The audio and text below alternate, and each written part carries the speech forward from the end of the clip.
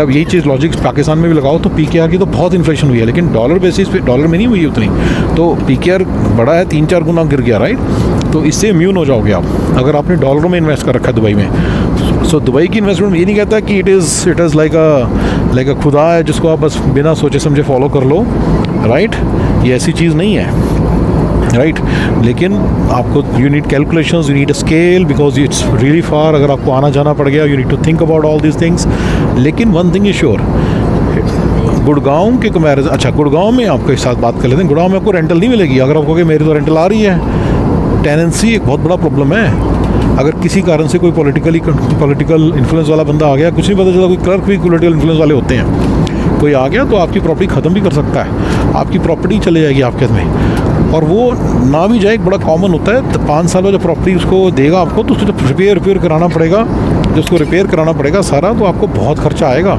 वो सारा गम भी तो बचा के जाएगा आपकी प्रॉपर्टी में। अगर आपका फ्लैट है तो आपके पास तो ज़मीन भी नहीं है, सारा कुछ ख़राब करके जाएगा। इन जनरल अगर आप इंडिया में रहते हो गुड़गांव में, ठीक है, हैविंग सेड ऑल दिस, आप इंडिया की टेनेंसी को वो कर रहे हो, ठीक है ना। मैंने आपको बता दी इंडिया की टेनेंसी में क्या प्रॉब्लम है, तो आपको रनिंग इनकम कभी भी नहीं होगी, and that will sometimes create poverty. आपको पॉवर्टी लाइफ स्टाइल्स की तरफ लेके जाएगा। तो इसलिए आपको काफ़ी सारे बंदे दिखेंगे जो गुड़गांव में घूम रहे हैं, जिनके 2-2 में भी हो सकता है घर ही हो, में भी एक घर हो, लेकिन उनका लाइफ स्टाइल बड़ा पुअर है, और वो पुअर ही रहेगा हमेशा, क्योंकि वो घर को तो बेच ही नहीं पाएंगे, घर के किसी पोर्शन को तो बेच नहीं पाएंगे, ठीक है ना। तो ये मेरी पूरी आपको मैंने बता दी कि गुड़गांव के अंदर इस तरह से है। आपकी एप्रिसिएशन मिल भी गई। हाँ, अगर आपने इन्वेस्ट की प्रॉपर्टी, फिर आपको रिटर्न नहीं कुछ मिलना, क्योंकि अगर आपने रिटर्न लेने की कोशिश की तो आपकी टेनेंसी का इशू आएगा, रिपेयर्स के इशू आएंगे, ठीक है ना। सारा मैंने बता दिया।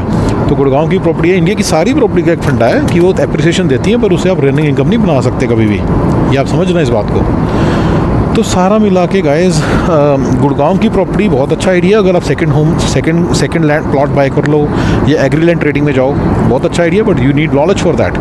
एंड ये लार्जली पैसिव है। एक बार ले लिया, अगर आपने एक अथॉरिटी की, जैसे डेवलपमेंट अथॉरिटीज़ होती है ना, हुडा की होती है प्रॉपर्टीज़, जैसे यहाँ पे चंडीगढ़ साइड में हुडा है और गमाडा है, greater Mohali area development authority, Haryana urban development authority, Punjab urban development authority. इनके जो प्लॉट्स हैं, अगर आप लेते हो, अगर आप लोकल हो, तो आपके लिए संभालने, खरीदने, बेचने काफ़ी आसान रहेंगे, and that will be a good property, ठीक है। या फिर आपको एग्री लैंड ट्रेडिंग आनी चाहिए, जो कि बहुत मुश्किल होती है, आपको उसकी नॉलेज होनी चाहिए, वो आप जरूर करो।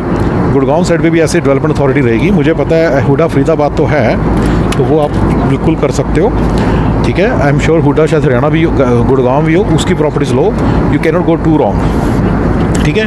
हाँ, अब इंडिया की प्रॉपर्टी में एक फंडा रहता है, आपका जो वाइट पैसा होता है ब्लैक में कन्वर्ट हो जाता है, ठीक है ना। तो हमेशा याद रखिएगा, ये भी एक प्रॉब्लम है। आपने 10 मरले का प्लॉट लिया, वो लेट से 5 करोड़ का है, उसका जो सर्कल प्राइस है वो तो 2 करोड़ ही है, 3 करोड़ पे आपको, राइट, 3 करोड़ पे आपको ब्लैक खड़ा करना पड़ेगा। तो जो ब्लैक है उस पर ना तो आपको लोन मिलेगा, और ना ही वो आपको सारा ब्लैक अपना वाइट को अपने ब्लैक में कन्वर्ट करना पड़ेगा, specially if you are an NRI, ठीक है ना। अगर आपके पहले से ही ब्लैक है, मुझे नहीं पता कैसे है, अगर है तो बहुत बड़ी बात है, अच्छी बात है। तो ये सारी इशूज़ हैं जो आप गुड़गांव की प्रॉपर्टी लेते हो, ठीक है ना। गोल्ड के कंपैरिजन में 10 गुना गोल्ड गिर सकता है अगले 20 साल में, उसके कंपैरिजन में पता नहीं आपकी प्रॉपर्टी 10 गुना होगी कि नहीं होगी, वो सारा आपको देखना पड़ेगा। लेकिन फिर भी मैं कहूँगा real estate is a no brainer investment in India, अगर आपकी अथॉरिटी की प्रॉपर्टीज़ हैं। और एग्रीकल्चर लैंड में थोड़ा काम ज़्यादा है, वो भी अच्छी इन्वेस्टमेंट है। फ्लैट्स कभी नहीं लेने एज एन इन्वेस्टमेंट, ये सोच के कि मुझे रेंटल इनकम आ जाएगी, बिल्कुल ही बेवकूफ़ी नहीं करनी, वो आपके फ्लैट का सत्यानाश मार देगा, ठीक है ना।